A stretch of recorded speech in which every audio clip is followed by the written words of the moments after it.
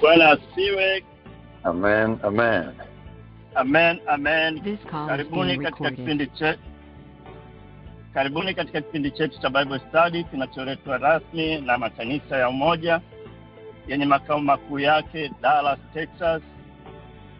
Bible Study yetu ni kwa njia ya mtandao, kwa hiyo inasikika mahali pote duniani, na ni kila siku ya Alhamisi kuanzia saa 1, na ni kipindi cha dakika 60 kwa siku za Alhamisi ya kawaida, na ile Alhamisi ya mwisho wa mwezi inakuwa dakika 90 maswali na majibu. Kabla ya kumkaribisha mgeni, bwana Brother Jerry atatupa kanuni za Bible Study yetu na mwongozo na protocol nzima. Kabla ya kumkaribisha mgeni, karibu Brother Jerry, ushike usukani. Amen, amen, amen. Sana Brother Allen akizungumza mubashara kutoka pale Houston, Texas. Niwakaribisha wote kipindi chetu cha Bible Study, kipindi kinachowajia kwa sana makanisa ya Umoja, makao makuu yakiwa pale Dallas, Texas. Kanisa lipo pale lipo kimtandao. Ikiwa ni siku ya pili ya mwezi wa Julai kwa huku Marekani, siku ya 3 imeshaingia Julai nyumbani East Africa.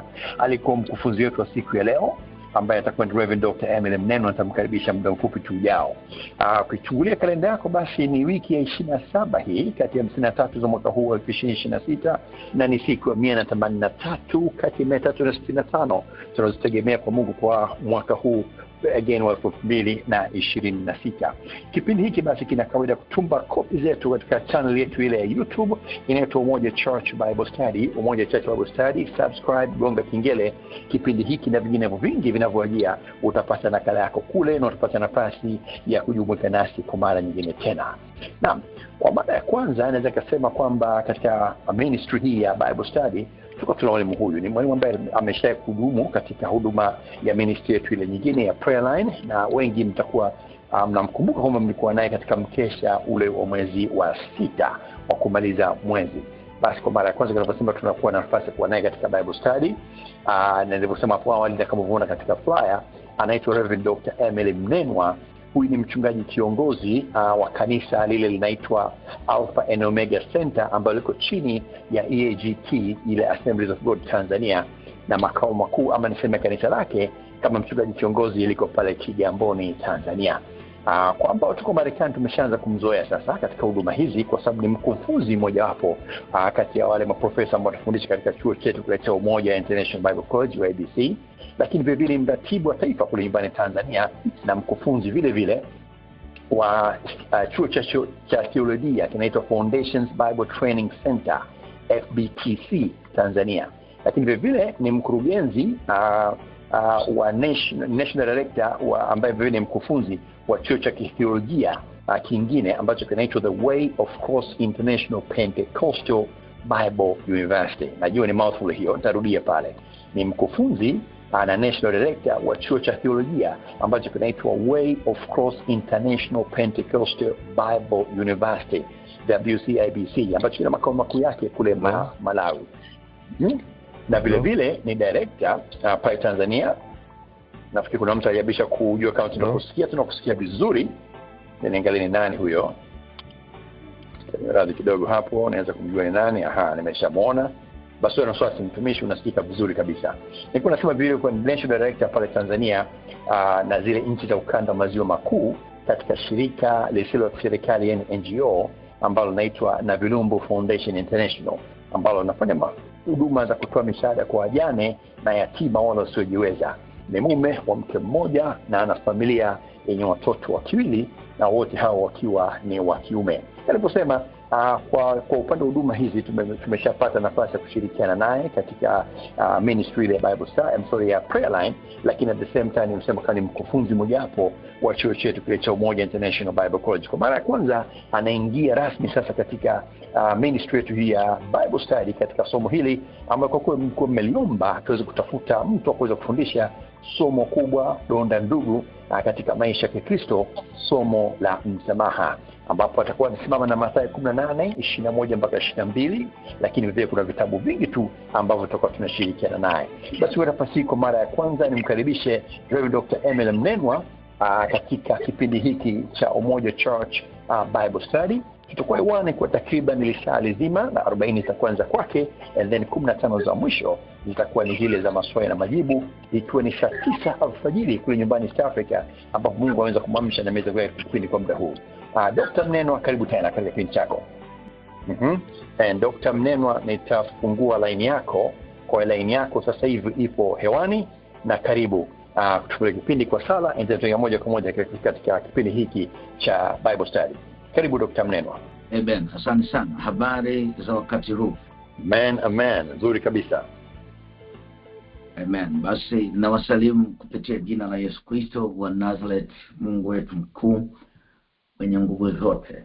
Kipekee ninamshukuru Mungu sana kupata nafasi ya kuwepo katika kipindi cha Bible Study kwenye huduma yetu. Niwashukuru sana viongozi wote, hasa mesajeri kwa kunipa nafasi ya kuwepo katika kipindi hiki cha Bible Study. Kwa hiyo namshukuru Mungu sana. Tulipanga muda mrefu na leo imefika wakati wenyewe. Kwa hiyo tunamtukuza Mungu sana katika siku hii ya leo. Basi kabla sijaendelea, naomba nimshukuru Mungu. Baba, katika jina la Yesu Kristo wa Nazareth, Mungu wetu uliye mkuu sana, na kushukuru na kupa sifa na heshima na shukrani kwa kutupa uzima na uhai siku ya leo, kwa sababu tunaamini ya kwamba kuna wengi ambao walitamani kuwa hai siku ya leo lakini hawako hai, na si kwamba wao ni waovu zaidi, bali Mungu ni makusudi yako na mapenzi yako kuwa kuna mambo ya msingi ya kuyafanya na kuyatimiza katika maisha yetu, ndio maana bado tu hai. Asante kwa watumishi wako wote ambao wananisikiliza sasa kokote duniani ambako umejiunga nasi katika huduma hii na katika kipindi hiki cha Bible Study. Roho Mtakatifu katuhudumie, ukatujaze neema na hekima na maarifa na ufahamu kupitia somo hili la msamaha, kwa uwezo wa jina la Yesu Kristo aliye Bwana Mwokozi wetu. Baba, naomba na kushukuru. Amen. Amen.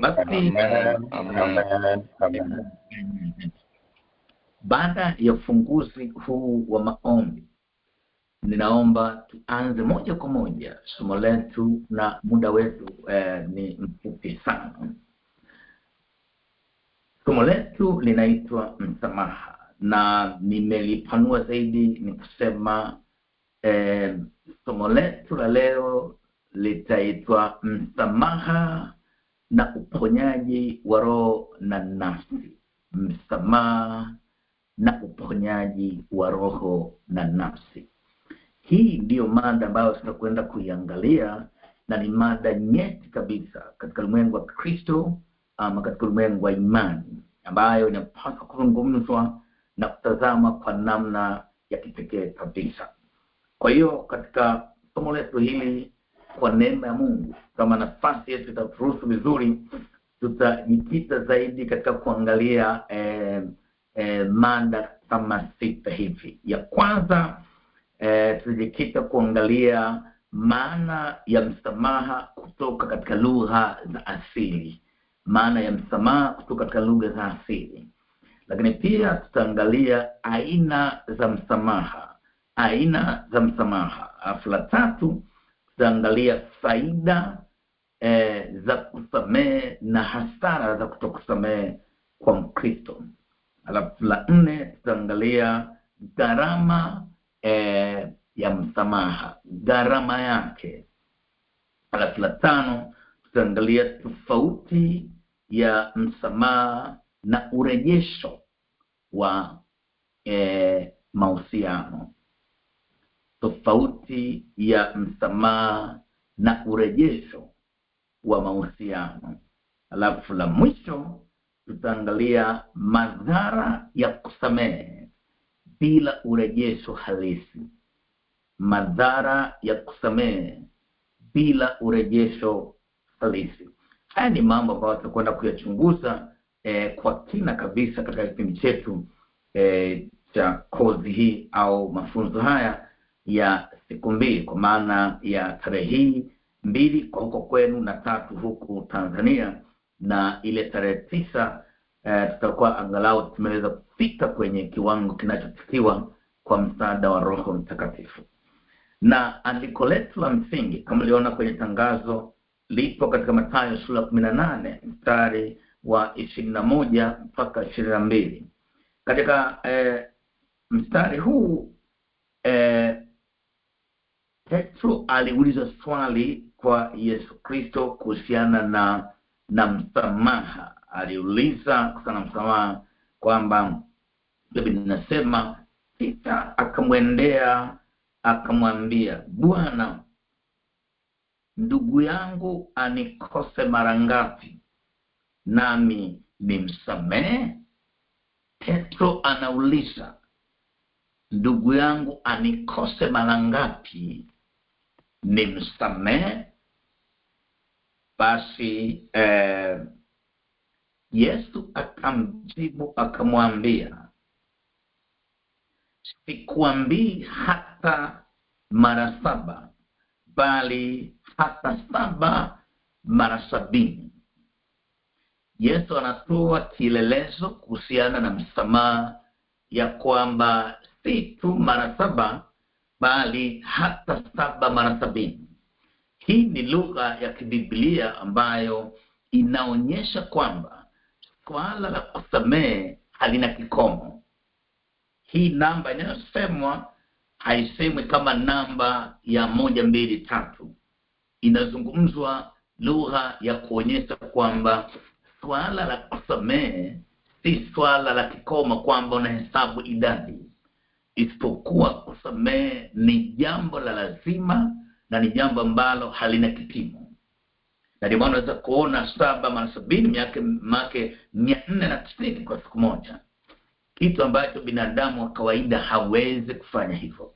Lakini Biblia inaonyesha ya kwamba kusamehe ni jambo la lazima na si jambo la kujisikia, ni jambo la lazima kwa Mkristo ambaye anataka kuishi maisha ya kumpendeza Mungu. Kwa hiyo Yesu anasema sio tu 7, bali 7 mara 70. Andiko lingine la pili ambalo linaweza kusaidia ni katika Wakorintho wa pili sura ya 3 mstari wa 13.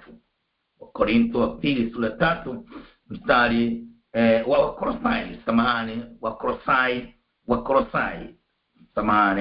Wakolosai sura ya 3:13. Wakolosai sura ya 3:13 ambayo inasema ya kwamba mkichukuliana na kusameheana, mtu akiwa na sababu ya kumlaumu mwenzake, kama Bwana Yesu Kristo alivyowasamehe ninyi, vivyo hivyo na ninyi.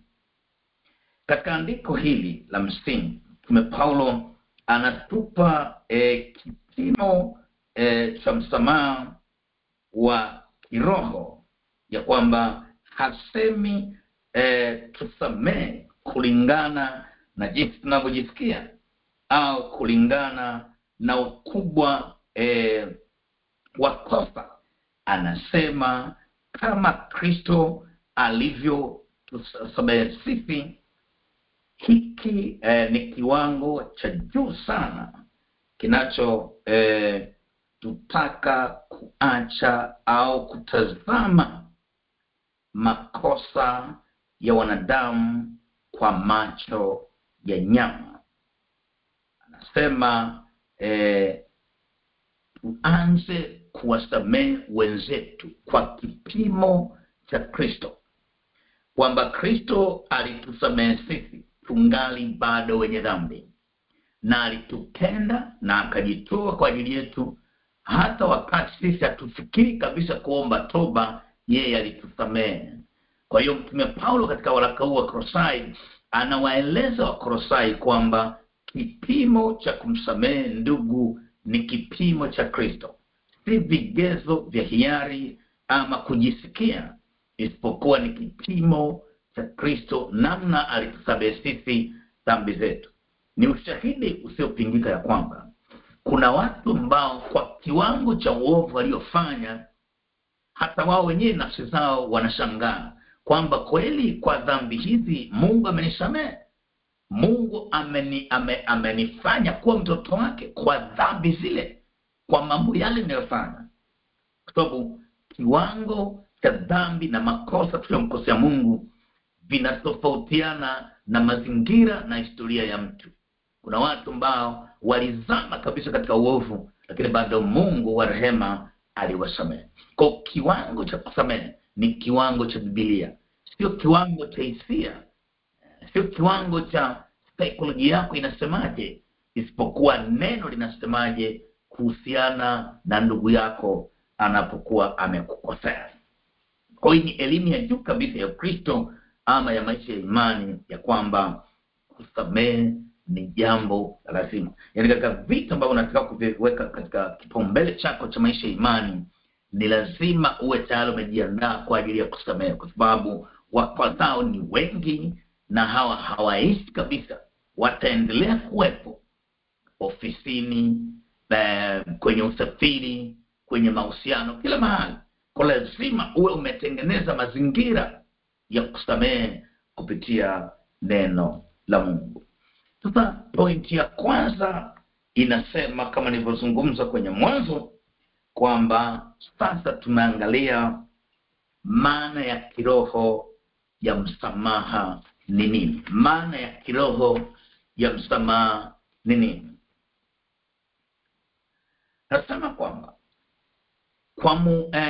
kwa muumini aliyekomaa kiroho, msamaha sio tu tabia njema ya kijamii au mbinu ya kisaikolojia ya kutafuta amani ya akili kwa faida ya upande mmoja. Msamaha ni hitaji la kiroho linalo mrudisha mwanadamu katika tabia na taswira halisi ya Mungu Baba na tabia ya uungu katika maisha yake. Kwa ili kuelewa uzito huu, ni lazima tuchimbe maana ya msamaha kupitia lugha za asili zilizotumika kuandika Biblia, ambazo zinabeba siri kubwa ya kiroho ya msamaha. Kwanza, maana ya msamaha katika Agano la Kale au katika vitabu vile vya Musa, manabii pamoja na Zaburi. Katika Kiebrania, maana ya msamaha inajidhihirisha kupitia maneno makuu matatu yenye maana nzito ya kiroho. Kwanza, kuna neno linaloitwa nasa kupitia kwenye lugha ile ya Kiebrania. Neno hili lina maana ya kubeba au kuondoa mzigo. Katika Zaburi ya 32 mstari wa kwanza inasema, Daudi anasema hivi: heri aliyesamehewa dhambi yake na kustiliwa makosa yake. Hapa Daudi anamaanisha kuwa kinyongo ama dhambi ni mzigo mzito unaomlemea mtu, na msamaha ni tendo la kiungu la kunyanyua ule mzigo mabegani mwa mtu na kuondoa kabisa. Kwa hiyo katika lugha ya siri, msamaha ni kama kuondoa mzigo juu ya bega la mtu aliyekosea, juu ya bega la mtu aliyebeba ule mzigo, kwa sababu ana tatizo ambalo amelifanya, na kwa hiyo jambo lile linakuwa ni mzigo juu ya maisha yake. Sasa kumsamehe ni sawa na kuondoa ule mzigo na kutupa pembeni. Hiyo ni maana ya kwanza. Maana ya pili, kuna neno linaloitwa salak, ile ya ch. Hili ni neno la kipekee sana ambalo katika Biblia nzima linatumika kwa Mungu pekee, kwa maana ya kwamba mwanadamu hawezi kufanya salaka.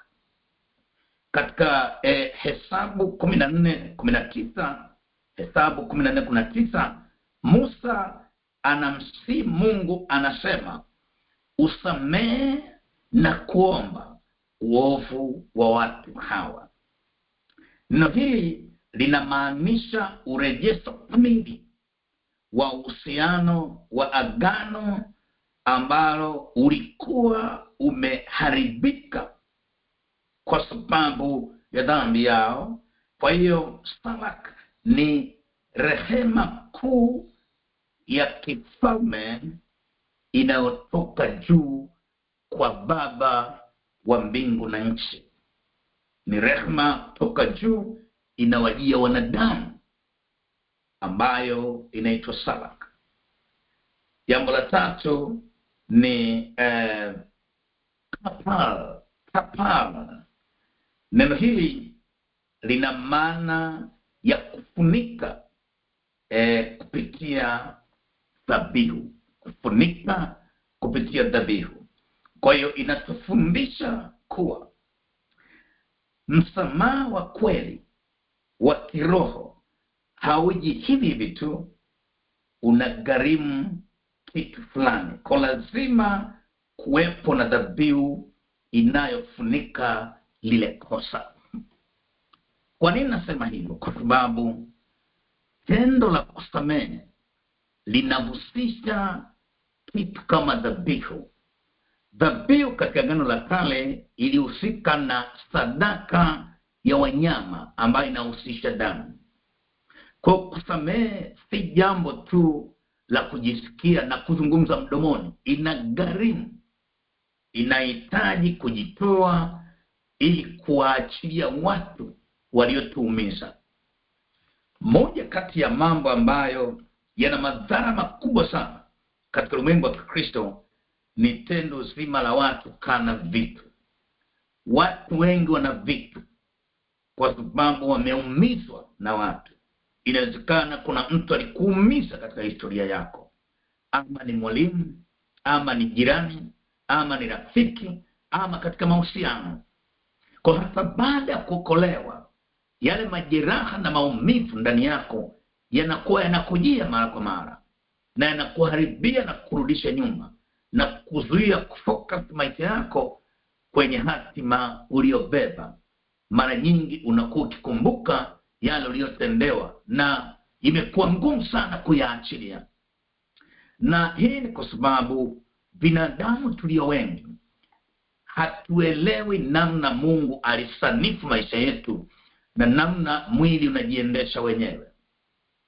Kama tukaingiza matatizo ndani ya mfumo wetu, inatuharibia. Na bahati mbaya, kwa kuwa sisi wenyewe ndio wahusika, huwa inafika wakati ambao tunadhani ndivyo tulivyo, na kwa hiyo tunajibatiza maneno, tunajijengea wigo na ukuta mkubwa wa kuonyesha kama vile tunaonewa na vitu kama hivyo, na baadaye tunakuwa watu ambao ni tofauti na wale Mungu alikusudia, kwa sababu ya kubeba vitu na madhara ya muda mrefu.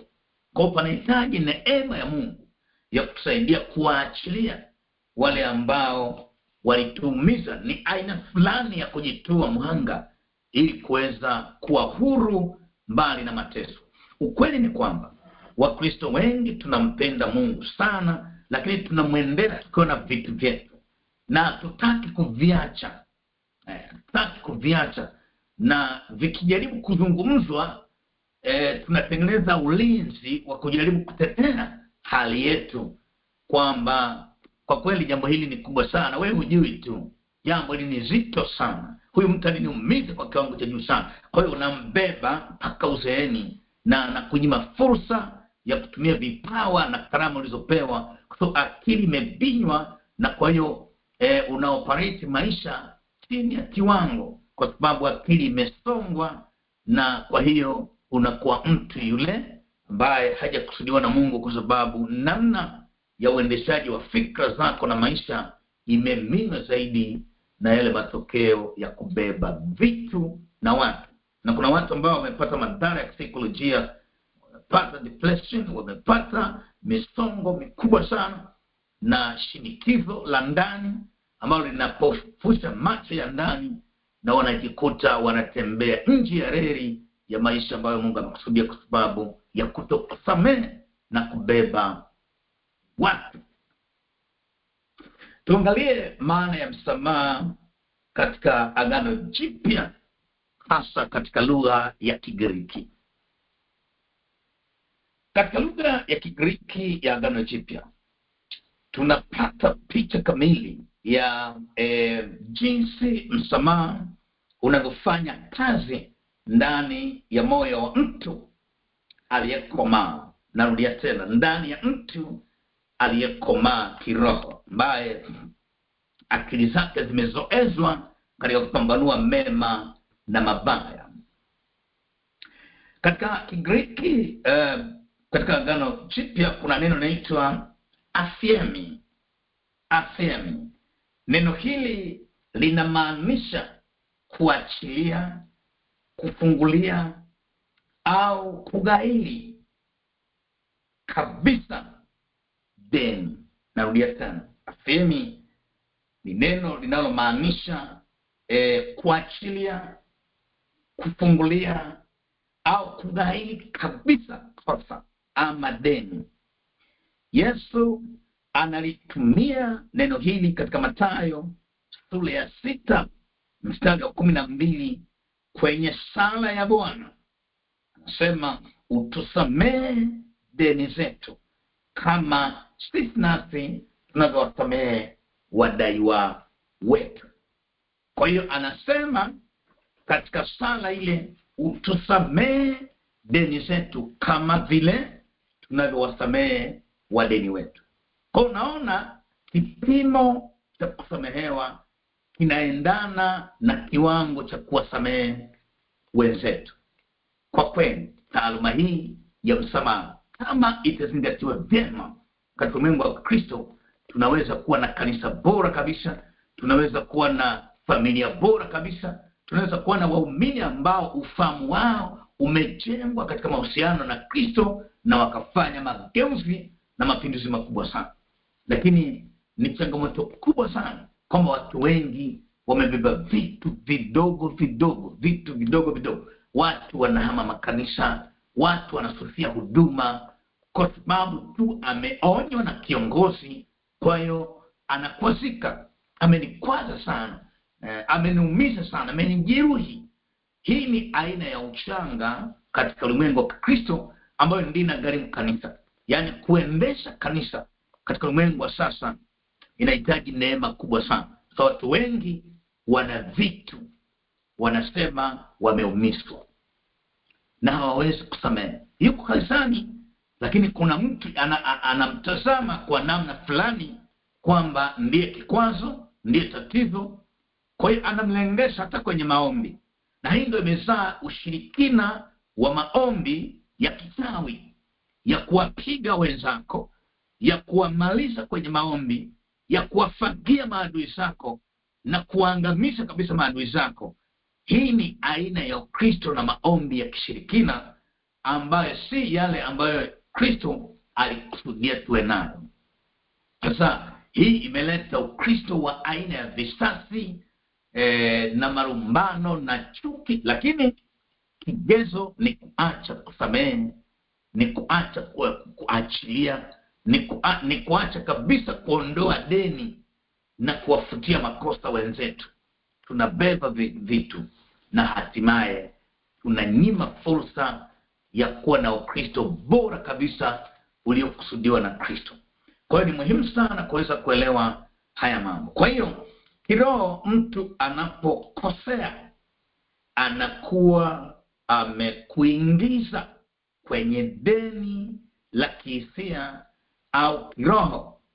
Unaposamehe unararua ile hati ya deni mbele za Mungu na kusema sikudai tena. Ni sawa kusema sikudai tena, nimekuachilia. Hiyo ndio maana nzuri ya kusamehe na kuachilia katika ulimwengu wa Kristo. Haimaanishi utasahau kabisa kwamba utakuwa kama binadamu ambaye huna kumbukumbu, isipokuwa kutilii maanani tena inabaki kama kumbukumbu tu, lakini kwako wewe haikuchukulie muda, kwa sababu umeliondoa na umerarua mbele za Bwana na ukasema, ndugu yangu, mimi sikudai tena. Kwa hiyo unakuwa huru, kama vile maandiko yanavyosema, mtaifahamu kweli nayo kweli itawaweka huru. Neno lingine la mwisho katika lugha ya Kiyunani linaitwa karisomi.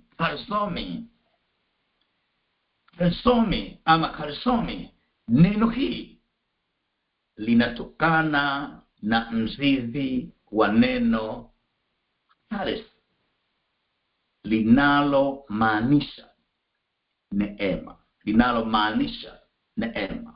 Kwa linapatikana katika andiko letu la msingi la Wakolosai, tulisema mwanzoni, la Kolosai 3:13. Maana yake ni kutoa msamaha kama zawadi ya bure isiyo stahiliwa na isiyo na masharti. Kusamehe kwa sababu yule mtu anastahili, bali unasamehe kwa sababu neema ya Mungu inapita ndani ya moyo wako. Kwa hiyo unamsamehe mtu kama grace, yaani inakuwa kama rehema, kama neema hivi, na si kwamba anastahili, isipokuwa unamsamehe yule mtu kwa sababu neema ya Mungu, uwezesho wa kiungu unapita ndani ya moyo wako, na kwa hiyo unasamehe kwa maongozi na kwa usimamizi wa neno la Mungu, ukijua kabisa nikimsamehe huyu nitakuwa nimetenda jambo la kiungu.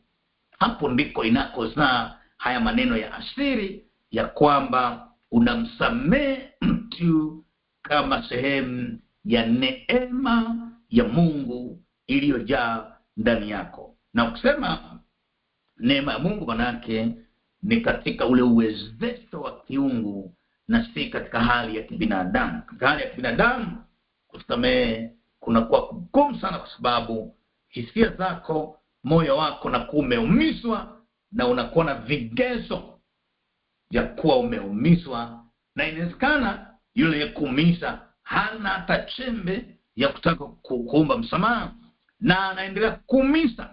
Lakini maandiko yanasema unamsamehe si kuwa anastahili, bali kwa sababu neema ya Mungu imejaa ndani yako. Hiyo ndio aina ya pekee na njia pekee ambayo inaweza kusaidia kuwa na Ukristo ambao uko huru kabisa, kusubiri mtu mpaka aje akuombe msamaha kama kigezo, isipokuwa unamsamehe kama sehemu ya zawadi. Lakini kuna kauli ambayo inapatikana kwenye vitabu, hata kwenye kitabu changu ambacho nimeandika, inasema kwamba kumsamehe mtu si faida kwa yule anayesamehewa, bali ni faida kwa yule anayesamehe. Kumsamehe mtu si faida kwa yule anayesamehewa, isipokuwa ni faida kubwa sana kwa yule anayesamehe. Kwamba wewe ukisamehe mtu, wewe ndio unayepata faida zaidi, kwa sababu unakuwa huru na unakuwa huna deni na mtu, kwa sababu umemwachilia ili wewe uwe huru. Ukibeba, wewe ndio unayeumia, yule anaendelea mambo yake, wewe ndio unabaki unaumia. Sasa ili uweze kuwa huru, jiandae na weka mazingira na kipengele ndani ya moyo wako cha kuwasamehe kila anayekuumiza. Toe ndani ya moyo wako, endelea na safari ya maisha ya Kristo, kwa sababu wakwazao ni wengi na wataendelea kuwepo. Lakini wewe kazi yako ni kuwasamehe na kuachilia, kwa sababu una safari kubwa sana katika ulimwengu huu wa kutimiza ndoto zako.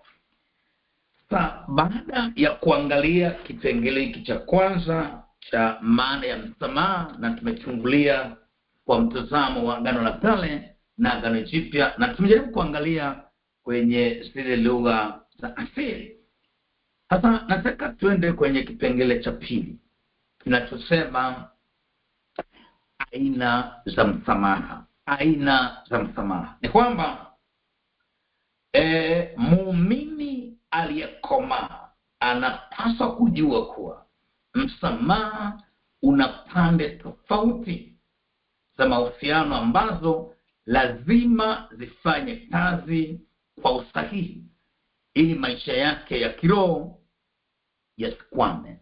Ni lazima tuitazame katika namna mbalimbali katika pande tofauti za kihusiano ambazo lazima zifanye kazi. Jambo la kwanza,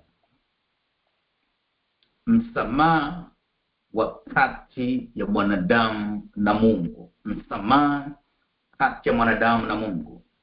Huu ndio msamaha unaotoka kwa Mungu kuja kwetu. Umegawanyika katika hatua mbili za kiroho. Hatua ya kwanza ni msamaha wa wokovu. Msamaha wa wokovu huu unatokea mara moja pale mtu anapompokea Yesu maishani mwake. Katika Warumi sura ya 5 mstari wa 1 Biblia inasema mkisha kuhesabiwa haki kwa imani na mwe na amani kwa Mungu kwa njia ya Bwana wetu Yesu Kristo. Huu unafuta dhambi zetu zote zilizopita, zilizopo na zijazo. Katika Kolosai 1:13 inaongelea kwa habari ya kwamba naye alituokoa katika nguvu za giza, akatuhamisha na kutuingiza katika ufalme wa mwana wa pendo lake, ambaye katika yeye tuna ukombozi, yani msamaha wa dhambi. Kwa hiyo katika Kristo tunaupokea msamaha na tunapata wokovu na ukombozi wa maisha yetu. Na katika Warumi sura ya 8 mstari wa 1 hadi wa 2 anazungumza kitu cha ajabu. Anasema, sasa basi hakuna hukumu ya adhabu juu yao walio katika Kristo Yesu, kwa sababu sheria ya roho wa uzima ule ulio katika Kristo Yesu umetuacha huru mbali na sheria ya dhambi na mauti. Kwa nini? Kwa sababu yale yaliyokuwa hayawezekani kwa sababu ya mwili sasa inawezekana kwa jinsi ya rohoni. Sasa utaona kabisa katika maandiko haya kwamba tumepata ile neema ya kusamehewa dhambi zetu na kuondolewa deni letu, na kwa hiyo tunaupokea wokovu bure kabisa kwa njia ya Kristo Bwana wetu. La pili, kwamba msamaha wa ushirika wa kila siku. Msamaha wa ushirika wa kila siku. Huu ni msamaha wa mtoto na baba yake ndani ya familia. Kwa maana ya kwamba muamini anapoteleza au kutenda dhambi, hapotezi wokovu wake, lakini anaharibu ushirika na usikivu kwa Mungu wake. Ndiyo maana katika waraka wa kwanza wa Yohana sura ya 1 mstari wa 9 anasema, tukiziungama dhambi zetu, yeye ni mwaminifu na wa haki hata tuondolee dhambi zetu na kutusafisha na udhalimu wote. Tukiziungama. Sasa katika lugha kuungama maana yake tukikubali, tukaenda mbele za Mungu kwa kubali makosa yetu, dhambi yetu mbele ya baba yetu. Biblia inasema hutuondolea dhambi zetu na kutusafisha na udhalimu wote. Hii ni aina ya msamaha ambayo inapelekwa katika mahusiano ya baba na familia yake, kwa maana ya kwamba sisi ni familia ya Mungu tuliozaliwa kwa mbegu isiyoharibika, na kwa hiyo ni wanafamilia, ni wenyeji wa mbinguni. Tunahitaji kuomba msamaha na rehema kila siku, kila wakati mbele ya baba yetu ili atusafishe na kutolea udhalimu wote. Bei yake msamaha kati ya mtu na mtu. Hii ni aina ya msamaha nyingine, kwamba msamaha kati ya mtu na mtu. Huu ni msamaha unaotakiwa kutirika kati yetu na wale wanaokosea ama wale tunaokosea kila siku. Katika Waefeso 4:32 inaonyesha kwamba ndani ya aina hii kuna mgawanyiko mkubwa wa kiroho, kwamba msamaha wa ndani ya moyo, yani upande mmoja, huu ni uamuzi wako wewe mwenyewe mbele ya Mungu wa kuachilia kinyongo dhidi ya mtu. Hii ni uamuzi wako mtu ama wewe na mimi kuachilia kinyongo dhidi ya mtu aliyekuumiza, hata kama mtu huyo hajatubu na hayupo au ameshafariki. Ni msamaha wa kimya kimya. Huu unalinda madhabahu yako ya moyo wako isikiwe unajisi na roho ya uchungu. Kwa lugha nyingine ni kwamba kuna wakati ambao mtu aliyekuumiza hayupo, mtu aliyekuumiza ameshafariki, mtu aliyekuumiza hayuko tayari kutubu. Sasa ili kulinda madhabahu ya moyo wako, wewe binafsi unaamua kumsamehe. Hiyo inasaidia kulinda madhabahu ya moyo wako, kwa sababu madhabahu ya moyo ikiharibika, wewe ndiye utakayepoteza fursa ya kutumia vipawa na karama uliyopewa na Mungu wako. Sasa ili uwe salama katika moyo wako, naamua mwenyewe kwa heri yako kumsamehe na kumwachia mtu wa aina hiyo. Lakini msamaha wa pamoja, msamaha wa pamoja, ambayo hii inaitwa urejesho wa mahusiano. Huu unatokea pale ambapo pande zote mbili zinapokutana.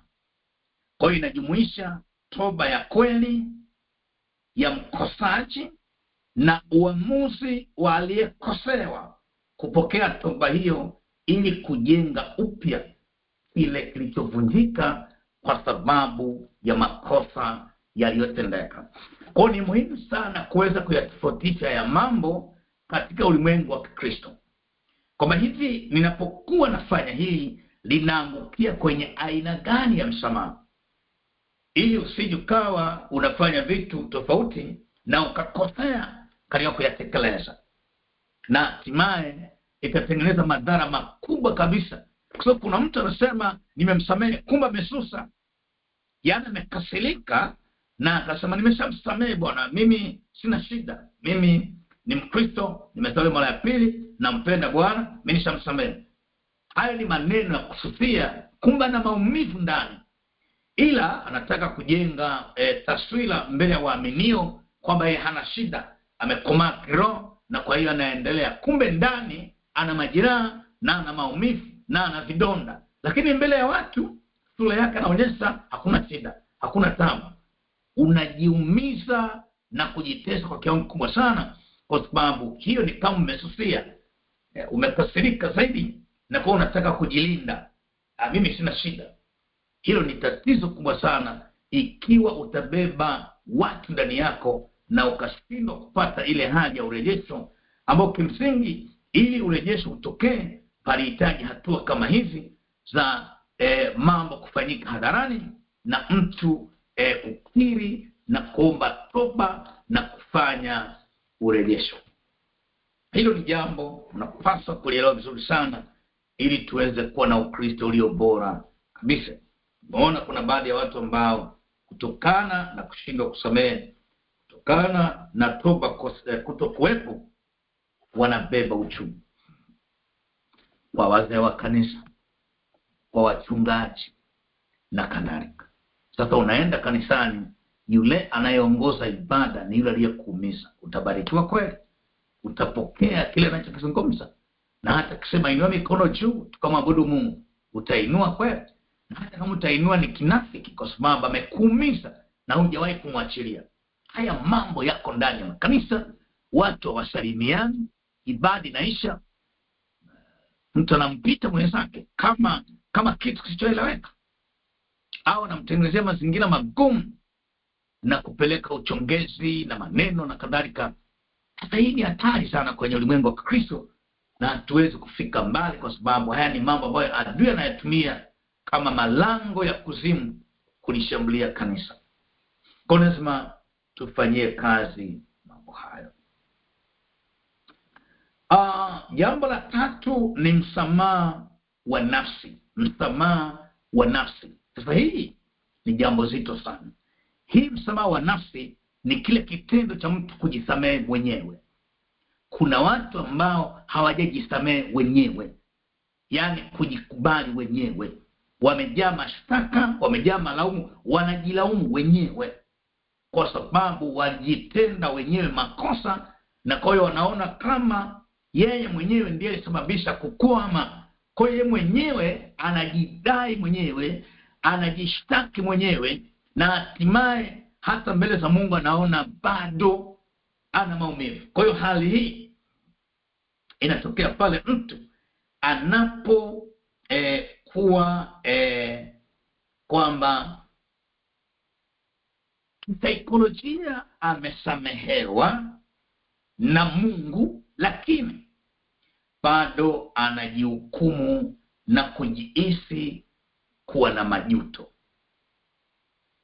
Katika Isaya 43:5 Mungu anasema, mimi ndimi niyafutaye makosa yako kwa ajili yangu mwenyewe, wala sitazikumbuka dhambi zako tena.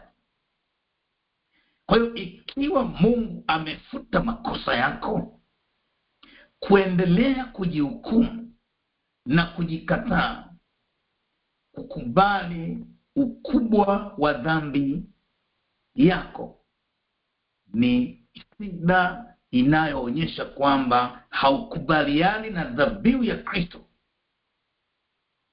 Kwa hiyo ni aina fulani ya kiburi cha kiroho kinachosema viwango vyangu vya haki ni vikubwa kuliko vile vya Mungu. Yaani kuna watu ambao wamebeba hali fulani ya kuona kwamba kwa kiwango nilichokosea, kwa kiwango cha dhambi nilizonazo, yani sidhani kama Mungu ana kigezo cha kunisamehe. Kwa hiyo anabeba ile mambo. Na ndio maana kuna watu kwenye maombi ni watu wa kuangua vilio. Yani mnaanza tu kidogo maombi, kilio kinaanza. Tutaishi kama hao watu ni wa kiroho sana, huyu mtu amejaa sana kiroho. Kumbe ana mambo ambayo akienda tu mbele za Mungu anahisi kama haya mambo hayawezekani. Haya mambo ni mazito, Mungu huyawezi. Kwa hiyo analia kwa uchungu. Wewe unadhani anaomboleza mbele za Bwana kwa furaha, kumbe ana vigezo ambavyo ameweka na hataki kuviachilia. Hilo ni aina ya tatizo la msamaha wa nafsi, wa kutojisamehe, wa kutojikubali mwenyewe. Ninakutana na mtu ambaye amefanya mambo ya kushangaza toka ujana wake, anajihisi kwamba Mungu hawezi kumsamehe, hawezi kumkubali. Na kwa hiyo tunahitaji kukubali kwamba Mungu wetu anaweza kutusamehe hata kama kosa ni kubwa kiasi gani. Mungu wetu ni mwaminifu. Sasa katika siku ya leo tumeangalia vipengele viwili. Na tumeona hii pointi ya mwisho ya msamaha wa nafsi. Na kwa hiyo nipende kusema kutokana na muda wetu vipengele vinatosha kabisa kwa leo, na siku inayofuata tutakwenda kumalizia vipengele vilivyobaki. Na kwa hiyo basi nimshukuru Mungu na nitamkaribisha ndugu yetu Jerry ili aweze kuendelea. Kama kuna jambo basi nitarudi tena. Baba, asante kwa neno lako na asante kwa watu wako ambao wamenisikiliza. Jina lako litukuzwe na libarikiwe. Asante Mungu wetu kwa sababu tutakwenda kutuhudumia zaidi, na Roho wa Mungu ataendelea kutufundisha katika somo hili. Katika jina la Yesu Kristo aliye Bwana Mwokozi wetu, Baba naomba na kushukuru. Amen. Asante sana je. Amen, amen, amen. Asante mtumishi wa Mungu Reverend Dr. Mnenwa kwa kuweza kutufundisha vizuri kabisa katika sehemu ya kwanza ya somo hili kubwa zuri, napenda kuita donda ndugu katika maisha ya Kristo, somo la msamaha. Tumeweza kupata points nyingi nzuri kabisa za sehemu ya kwanza, kama vile umesikia katika dokezo akizungumza mwenyewe, na ukiangalia katika simu yako katika WhatsApp group yako ya makanisa moja utajua kwamba hii ni sehemu ya kwanza. Sehemu ya pili itakuwa wiki ijayo. Lakini kama ilivyo kawaida yetu basi huwa hatuishii hapo hapo. Hatuishii kutikisa miguu kama anavyosema mchungaji kiongoza makanisa yetu moja, weka mikono yako katika ya miguu na kuesuka. Tunapata nafasi ya kuuliza maswali ama kuchangia katika lile ama yale ambayo umeyasikia kwa siku hii ya leo. Simu zetu zipo katika mute. Tafadhali bonyeza alama nyota nambari 6 jina la kwanza pale ulipo. Nitakupa dakika 2 utaweza kuuliza swali lako vizuri kabisa. Then from there nitapata nafasi ya kutoa audience waliopo katika line hivi sasa kujaribu kujibu swali lile ama kuichangia, kabla sijamkaribisha mwalimu wa somo na aweze kutoa nasaha zake. Somo ni msamaha, kipindi ni Bible Study Umoja Church. Sasa hivi tunaenda katika Q&A. Angalia simu yako, bonyeza alama nyota nambari 6 *6. Karibu. Bwana Yesu asifiwe. Amen, amen, amen. Karibu, nafikiri ndio message huyo. Amen, amena. Asante kwa Jerry, Mungu akubariki. Tunamshukuru Mungu sana kwa mfunzi wetu wa leo, mchungaji Neno. Mungu akubariki sana. Swali langu linakuja katika maombi, kwa sababu umesema kuna watu wengine wanaingia wanaomba maombi ya kichawi. Yaani unakuta kwamba mtu anaomba maombi ya according to yule anayeomba kwamba yule aliyemuumiza angamizwe, afukiwe, achimie shimo aliyochimba, dumbukie mwenyewe. Na wengi ukiwaambia wanasema kwamba tunaomba maombi ya Daudi, ni maombi ya Daudi tunaomba. Sasa je, swali langu linakuja kwamba katika wakati huu, maana tunajua tuko katika neema ya Yesu Kristo, maana tunasema tunamfuata yule ambaye anatuongoza, ni wakati wa msamaha kama alivyosema, ni wakati wa kurehemu, na watu wanaomba maombi ya namna hiyo. Na sio kuomba tu, unakuta mwingine hata katika kushuhudia anakuja na shuhudia kabisa kwamba watu walinia mabaya, watu walinisema mabaya, lakini watawarudia wao. Yaani mtu unakuta tena kwa jazba na shuhudia kabisa kwa namna hiyo. Sasa je, watu kama hao tutawasaidiaje? Au je, yale maombi ya Daudi bado yanatakiwa kuombwa mpaka wakati huu kutokana na somo ambalo umetufundisha? Amen.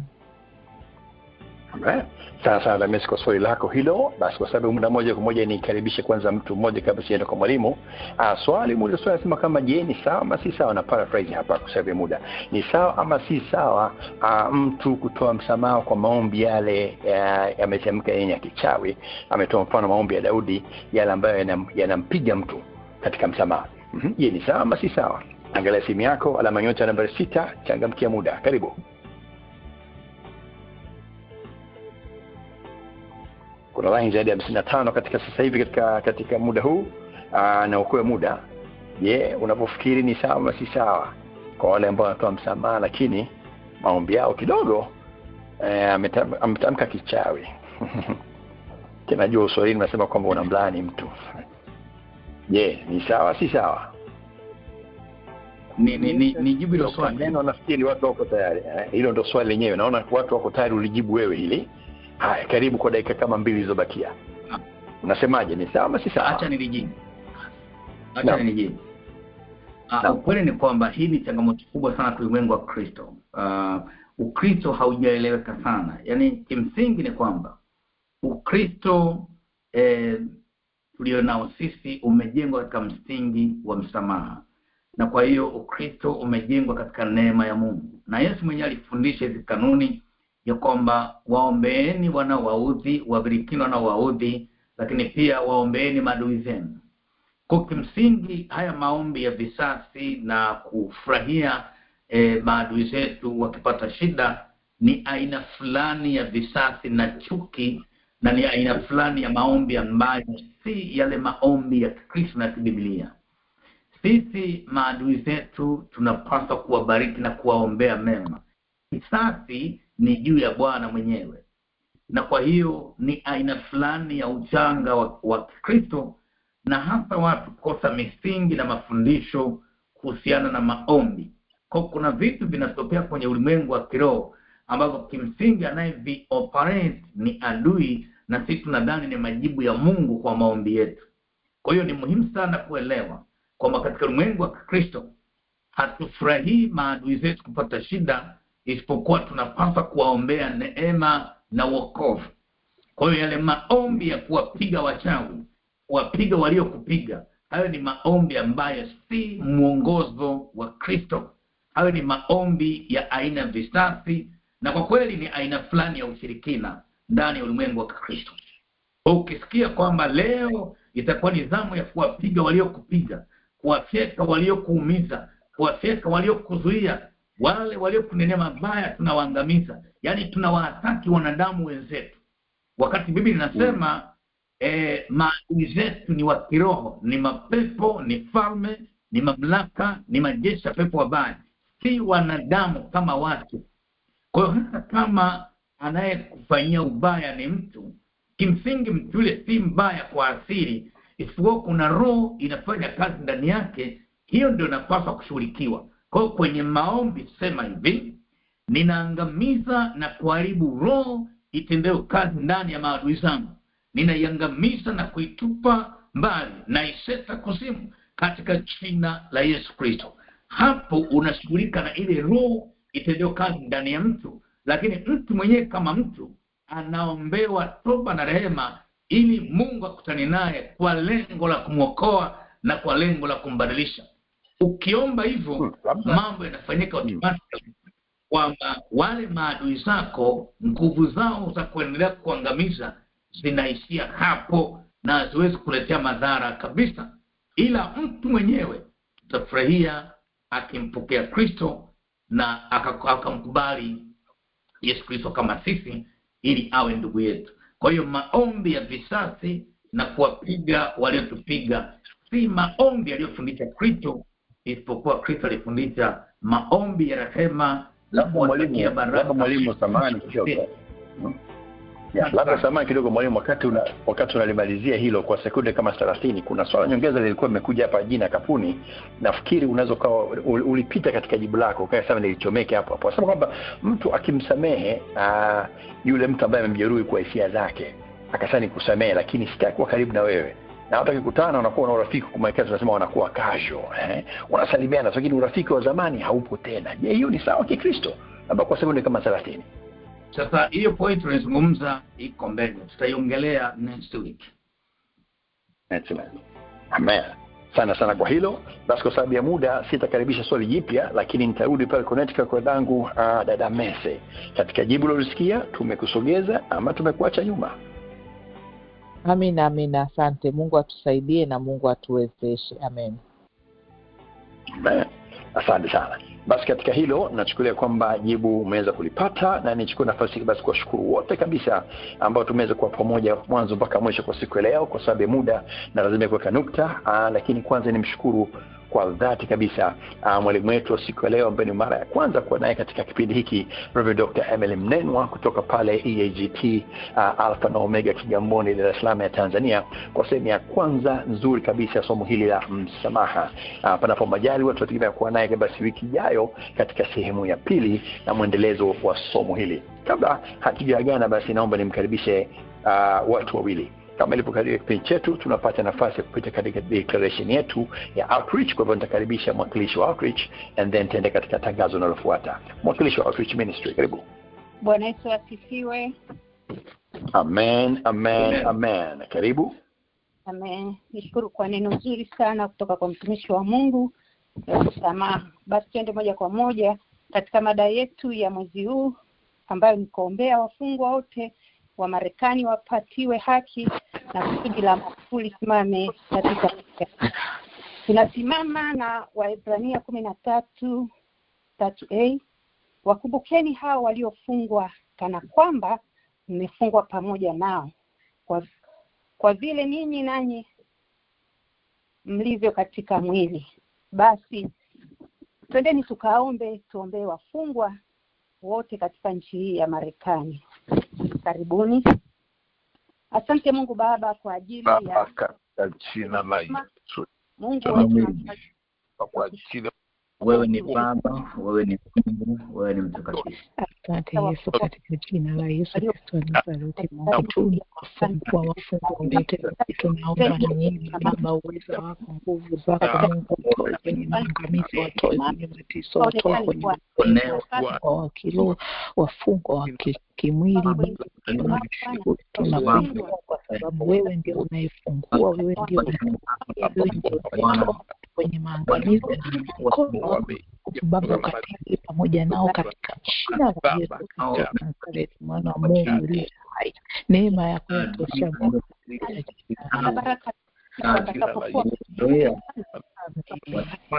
Bwana nao ninaomba Mungu jidhihirishe Bwana. Yes. Mwema katika jina la Mamia. Amen. Amen. Aliye Bwana. Amen, amen, amen. Asante sana mwakilishi wetu kutoka Outreach Ministry na Walema kutoka pale South Carolina. Nikukaribisha basi kwa mara ya kwanza siku ya leo, mchungaji kiongozi wa makanisa ya moja, Reverend Dr. Absalom Nasua. Kuna saa zako, kama kuna tangazo, ndio tutashiriki kipindi kwa sala ya jioni. Dr. Nasua. Amen.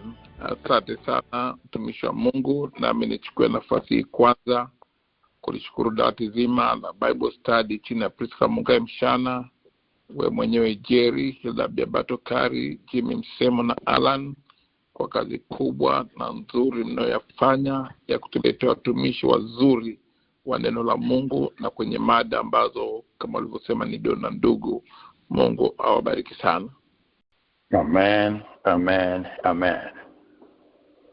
Pili, nichukue nafasi hii tena kumshukuru sana Mungu Dr. Emily Mnenwa kwa watu ambao kwa kwenye chuo chetu cha UIBC wameshakutana naye mara nyingi, lakini pia kwenye madhabahu yetu ya prayer line ameshatudumia mara kadhaa. Nirudi tena kukushukuru sana mtumishi kwa kazi kubwa na nzuri unaoifanya ya kumtumikia Mungu. Amen. Amen. Asante sana Baba. Amen. Asante sana.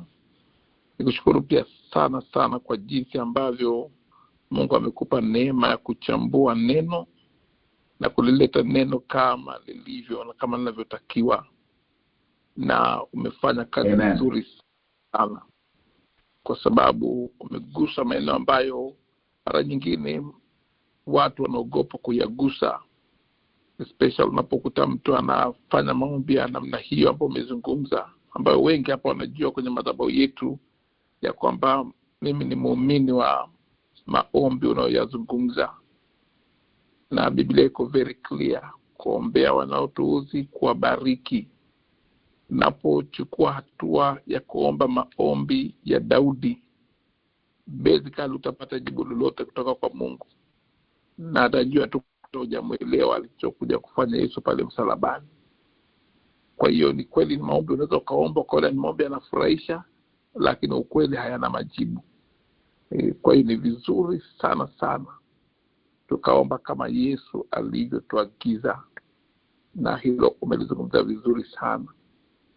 Niliwaambia tunaenda kumalizia hapo ya kwamba tutakapokwenda kwenye kiti cha rehema, na nilizungumza ile hapa pia, kwa Biblia yote ni neno lilo hai imegoshiwa kuanzia Mwanzo 1:1 kwenda mpaka Revelation. Lakini tutakapokutana mbele ya kiti cha rehema, Yesu ambaye ndo atafanya kazi ya kututenga kondoo na mbuzi atasimama kwenye kile kitu alichotufundisha. Hicho ndo atakachosimama nacho, na ndicho atataka kuona kama tulikifanya kama alivyotuagiza.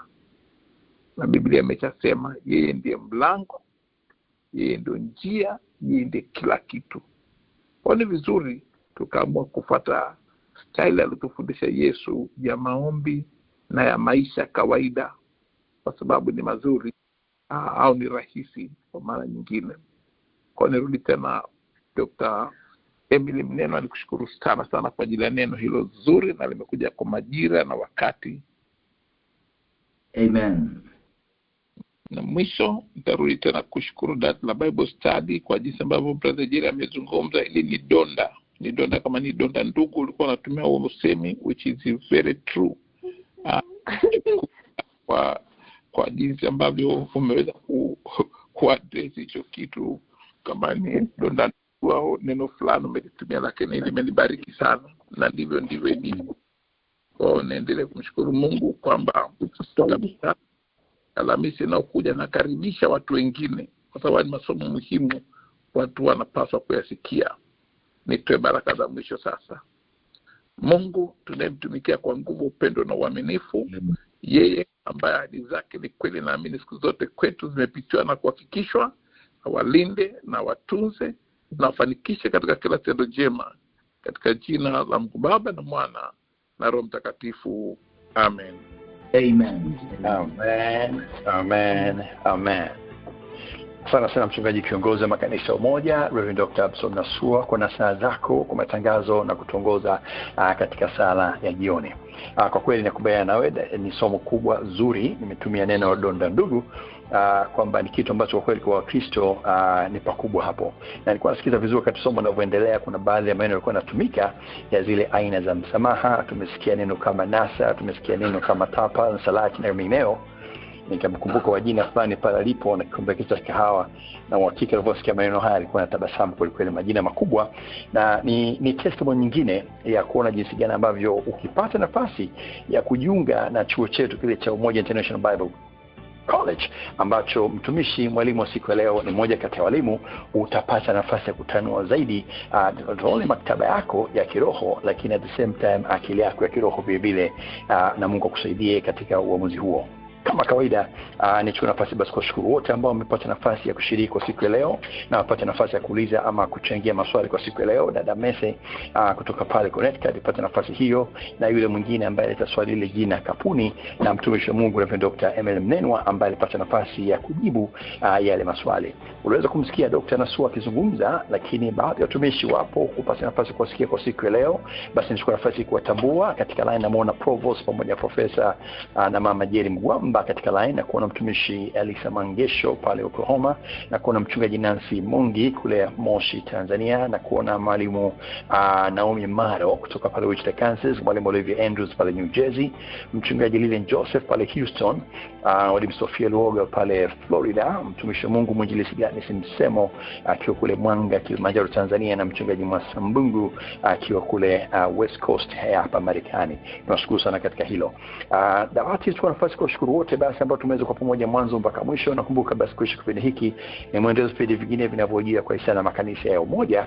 Tutakuwa tena wani ukijaa muda na wakati kama leo katika sehemu ya pili, na kipindi hiki kinakwisha. Basi ni mwendelezo vipindi vingine kama Prayer Line ambacho kitakuwa hewani asubuhi ya saa 12 kwa saa za hapa Marekani. Kwa niaba ya wenzangu wote wa dawati hilo Umoja Church Bible Study, da Priska Mungai Mshana, da Hilda Biabato Kari, Brother Jimmy Msemo na Allen Mfuru, naitwa Jerry Mkonyi. Tukiwa wote maana Bwana, usiku mwema, alfajiri njema kutokana na majira na masaa pale ulipo. Tukutane tena wiki ijayo. Amen. Amen. Sana. Amen.